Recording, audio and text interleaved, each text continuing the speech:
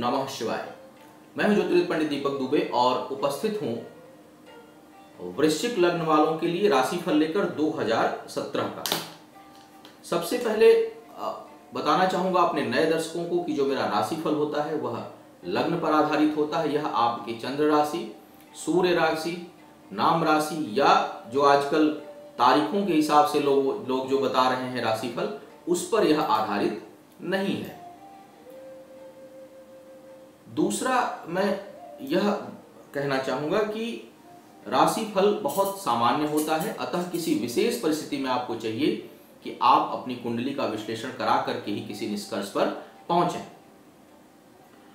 वृश्चिक लग्न और यदि वृश्चिक राशि है तो और अधिक, क्योंकि वृश्चिक राशि अगर होगी, चंद्रमा वृश्चिक में ही बैठा होगा, तो आपकी शनि की 7.5 भी चल रही है।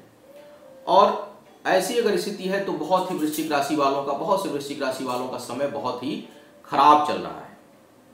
मैं ये नहीं कहता सभी का चल रहा है, लेकिन बहुत से लोगों का समय अच्छा नहीं चल रहा है। और वह कई बार मेरे पास बहुत सकारात्मक बोलने के लिए कुछ नहीं होता था वृश्चिक राशि वालों के लिए, लेकिन 2017 में आपके लिए कई चीजें बेहतर होने की संभावना है। इस राशिफल में जो मैं चीजें कवर करने वाला हूं आपके लिए वह है आपका स्वास्थ्य। सबसे पहले सर्वप्रथम, क्योंकि अगर स्वास्थ्य बेहतर नहीं होगा तो आप कुछ भी अच्छा नहीं कर पाएंगे अपने जीवन में। दूसरी चीज जो मैं बताने वाला हूं वह है आपका कार्य, व्यापार और धन संबंधी कैसा रहेगा यह वर्ष, किस तरह का परिणाम देने वाला है आपके लिए, उस पर मैं चर्चा करूंगा। तीसरी जो चीज है वह है शिक्षा प्रतियोगिता और इंटरव्यू वगैरह के मामले में आप कैसा करेंगे 2017 में, इस पर बात करूंगा। संतान की क्या स्थिति होगी आपकी, वैवाहिक जीवन, प्रेम संबंध किस तरह का आपका होगा, इन सभी बातों पर चर्चा करूंगा। साथ में यह भी बताऊंगा आपको कि कौन कौन से महीने हैं जो थोड़े जहां आपको सावधानी रखनी है, और क्या कुछ विशेष अगर हो तो इस वर्ष में किस प्रकार की आप सावधानी रखें और क्या करें उपचार। तो बने रहिएगा पूरे समय तक हमारे साथ। एक एक करके मैं एक एक विषय को उठाता हूं। सबसे पहले देखते हैं कि ग्रहों की क्या स्थितियां हैं। बड़े ग्रहों की जब मैं बात कर रहा हूं, इसका मतलब कि बड़े ग्रहों की क्या स्थितियां हैं, क्योंकि बाकी ग्रह जो है वह लगातार अपना स्थान परिवर्तित करते हैं, लेकिन बृहस्पति, शनि, राहु और केतु यह बहुत लंबे समय तक अपने स्थान पर बने रहते हैं। तो आइए देखते हैं क्या रहेगी शनि की स्थिति, मंगल की क्षमा करिएगा गुरु की स्थिति, राहु की स्थिति और केतु की स्थिति आपकी कुंडली में। शनि आपके लग्न में ही विराजमान है और यह बने रहेंगे लगभग पहले महीने के अंतिम सप्ताह तक, अर्थात लगभग 26 जनवरी को यह अपना राशि परिवर्तन कर रहे हैं। और शनि के राशि परिवर्तन का प्रभाव मैं दे चुका हूं और बोल चुका हूं एक अलग से वीडियो में, केवल शनि गोचर धनु राशि के नाम से। उसके बाद केतु पूरे वर्ष पर्यंत नहीं, लगभग आधे वर्ष तक यह बैठा रहेगा आपके चतुर्थ भाव में, राहु रहेगा आपके दसम भाव में और बृहस्पति रहेंगे आपके एकादश भाव में। जहां राहु और केतु लगभग आधे वर्ष तक इस स्थान पर रहेगा, उसके बाद यह क्रमशः आपके भाग्य स्थान और पराक्रम स्थान पर हो जाएगा। और बृहस्पति लगभग सितंबर तक बने रहेंगे आपके एकादश भाव में, उसके बाद यह अपना स्थान परिवर्तित करेंगे और यह आएंगे आपके व्यय स्थान पर। क्या होगा इनका परिणाम अगर देखा जाए तो सबसे पहले मैं स्वास्थ्य की बात करूंगा। स्वास्थ्य को लेकर के मुझे लगता है कि यह वर्ष आपको कुछ राहत देने वाला होगा यदि स्वास्थ्य खराब चल रहा है तो। विशेष करके जनवरी के बाद आपके स्वास्थ्य में यदि कोई समस्या थी तो उसमें अब आपको थोड़ी राहत मिल सकती है और उसमें आपको आराम मिल सकता है। स्वास्थ्य को लेकर के यह वर्ष अब बहुत परेशान नहीं करेगा। यदि कोई परेशानी पहले से बड़ी परेशानी है तो उसको हो सकता है कि ठीक होने में थोड़ा समय लगे, लेकिन यह वर्ष स्वास्थ्य को लेकर के बहुत परेशान करने वाला नहीं है।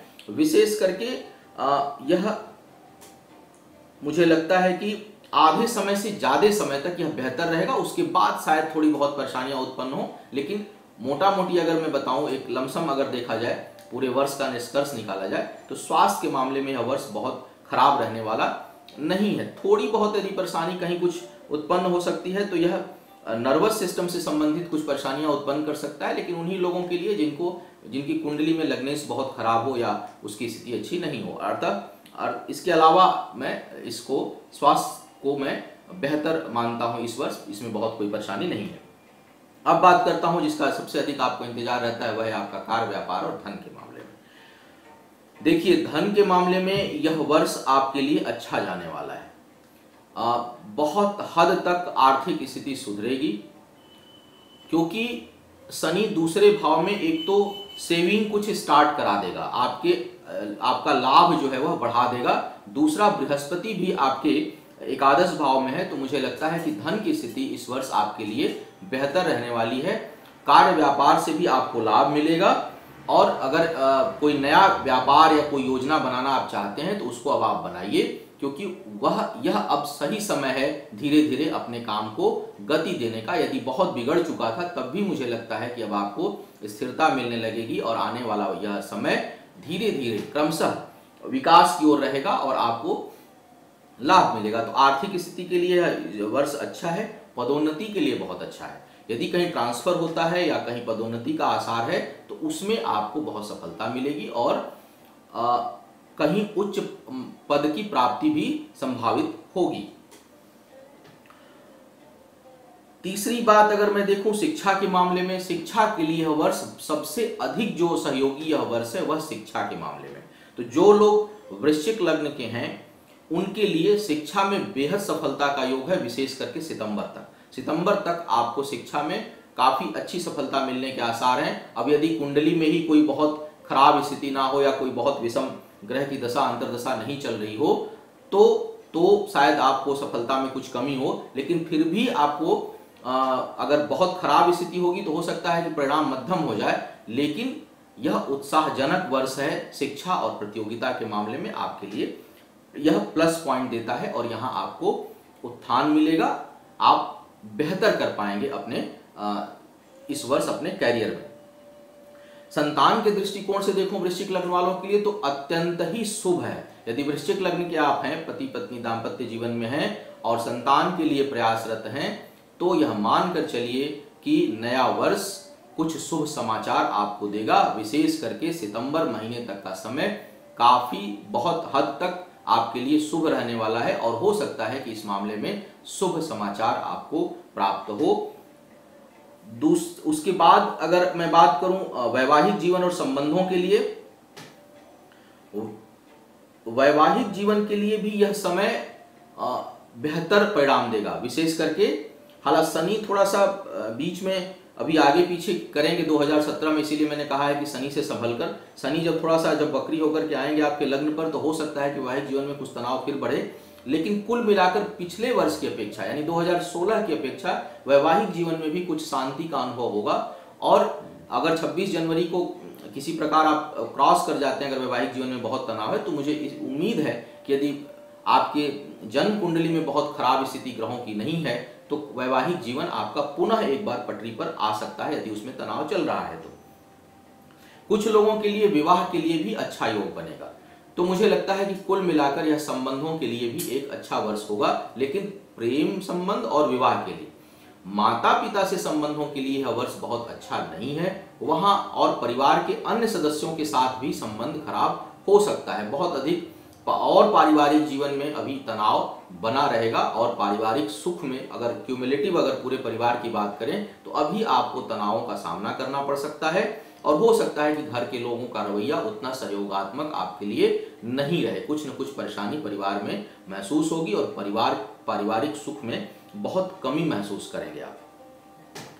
यदि कोई स्थायी संपत्ति बनाना चाहते हैं, भूमि भवन वगैरह कुछ बनाना चाहते हैं या खरीदना चाहते हैं, तो बेहतर होगा कि आप उसके लिए जुलाई के बाद प्रयास करें। जुलाई या अगस्त के बाद प्रयास करेंगे तो संभव है कि आपको स्थायी संपत्ति मिले या बने, लेकिन प्रारंभ में मत करिएगा क्योंकि उसमें हानि होगी, और यदि उससे लाभ कमाने की सोच रहे हैं तो उसमें ज्यादा हानि होगी या विलंब होगा उसके सेल परचेज करने में, खरीदने या बेचने में। तो बेहतर होगा कि पैसा आप वर्ष के प्रारंभ से लेकर जून जुलाई तक, यदि जमीन से संबंधित कोई कार्य व्यापार आप करते हैं या आप इन्वेस्टमेंट के रूप में करना चाहते हैं तो उसके लिए जुलाई अगस्त तक का समय अच्छा नहीं है, ना करें। जून जुलाई के बाद बल्कि आप करेंगे तो उसमें आपको लाभ मिलेगा, उससे पहले समय खराब है। कार्यस्थल पर आपको चाहिए कि आप अपने बड़े लोगों के साथ, थोड़ा वहां सहयोग में कमी होती हुई नजर आ रही है विशेष करके जून तक, तो जून के महीने तक आपको थोड़ा संभल कर चलना है। और जून के बाद भी एक चीज ध्यान रखिएगा, यह वर्ष कहीं कोई अपमान की स्थिति भी पैदा कर सकता है, विशेष करके जो ट्रांजिट समय है जून और जुलाई के समय कहीं अपमान की स्थिति या कहीं कुछ बदनामी का योग बनेगा इस वर्ष में, तो थोड़ा सतर्क रहिएगा अपने संबंधों को लेकर। विशेष करके वे लोग जो स्त्री पुरुष के संबंध की मैं बात कर रहा हूं, यदि आपके संबंध हैं तो वहां पर थोड़ा सतर्क रहिएगा। हो सकता है कि कुछ लोगों को बदनामी का भय हो या कुछ लोगों का जो है वह इसको लेकर के कैरियर खराब होने तक की नौबत आ जाए। तो इस मामले में थोड़ा मैं आपको सतर्क रहने की सलाह दूंगा कि सोच समझकर आप रिश्ते बनाएं किसी के साथ, अन्यथा बदनामी भी हो सकती है और किसी बड़ी मुसीबत में आप फंस सकते हैं। तो रिश्ते बनाते समय भाई बेहद आप सावधान रहिए, चाहे स्त्री हो तो पुरुष के साथ या पुरुष हो तो स्त्री के साथ। वृश्चिक लग्न की अगर कुंडली है तो, और यह स्थिति बनेगी जून के बाद और ज्यादा, विशेष करके जून के बाद ही अगर मैं कहूं तो वर्ष का जो अंतिम हिस्सा है आधा, उसमें यह स्थिति बहुत प्रबल रूप से बनेगी। तो थोड़ा आपको सतर्क रहना है। अब जो अंतिम भाग है वह है कि कौन कौन से महीने संवेदनशील आपके लिए रहेंगे। पहले तो देखिए पहला महीना ही बहुत संवेदनशील है। जनवरी का महीना आपके लिए काफी संवेदनशील रहने वाला है, और उसके बाद यदि मैं देख रहा हूं तो अप्रैल के आसपास, आधा मार्च से आधा अप्रैल के आसपास का समय भी बेहद संवेदनशील रहेगा। इस समय आप सतर्क रहिएगा, और हो सकता है कि कहीं कोई घर परिवार या नजदीकी रिश्तेदार में कोई अशुभ समाचार की प्राप्ति हो, किसी का विछोह सहना पड़े।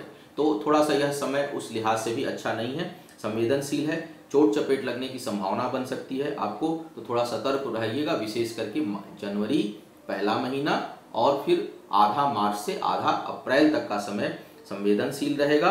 और उसके बाद मुझे लगता है कि यह सितंबर का महीना, तो जनवरी, आधा मार्च से लेकर आधा अप्रैल और सितंबर, इन जो है 3 महीनों में आपको बेहद सावधानी बरतनी है। यहाँ पर आपको शारीरिक रूप से भी कष्ट मिल सकता है, मानसिक रूप से भी कष्ट मिल सकता है, और विशेष करके मार्च अप्रैल के महीने में कोई अशुभ समाचार की प्राप्ति हो सकती है। तो थोड़ा संवेदनशील है, भगवान की प्रार्थना करें कि कोई ऐसी चीज ना घटित हो। अब इस महीने उपचार क्या करना है। शनि का अंतिम दौर प्रारंभ हो जाएगा, अगर शनि की जो है वह चंद्र राशि भी आपके वृश्चिक है तो। आपके लिए यदि कुंडली में भी ग्रहण दोष है और कहीं आप मान प्रतिष्ठा के कार्य में है, सामाजिक कार्य में है या किसी बड़े पद पर है, तो आपको चाहिए, और यदि राहु की दशा अंतर्दशा चल रही हो तो राहु की शांति आप जरूर करा लें। नहीं भी चल रही हो तो मैं तो कहूंगा कि जरूर आप एक बार करा लें, राहु की शांति आप कराएं और भगवान गणेश की आराधना करते रहें। क्योंकि थोड़ा जो लोग जितने बड़े पद पर हैं या कहीं बड़े काम पर हैं, रिस्पॉन्सिबिलिटी के काम पर हैं, ऐसी जगह पर हैं जहां बहुत से लोगों से संबंध है, तो बदनामी का भय यह वर्ष बनाएगा।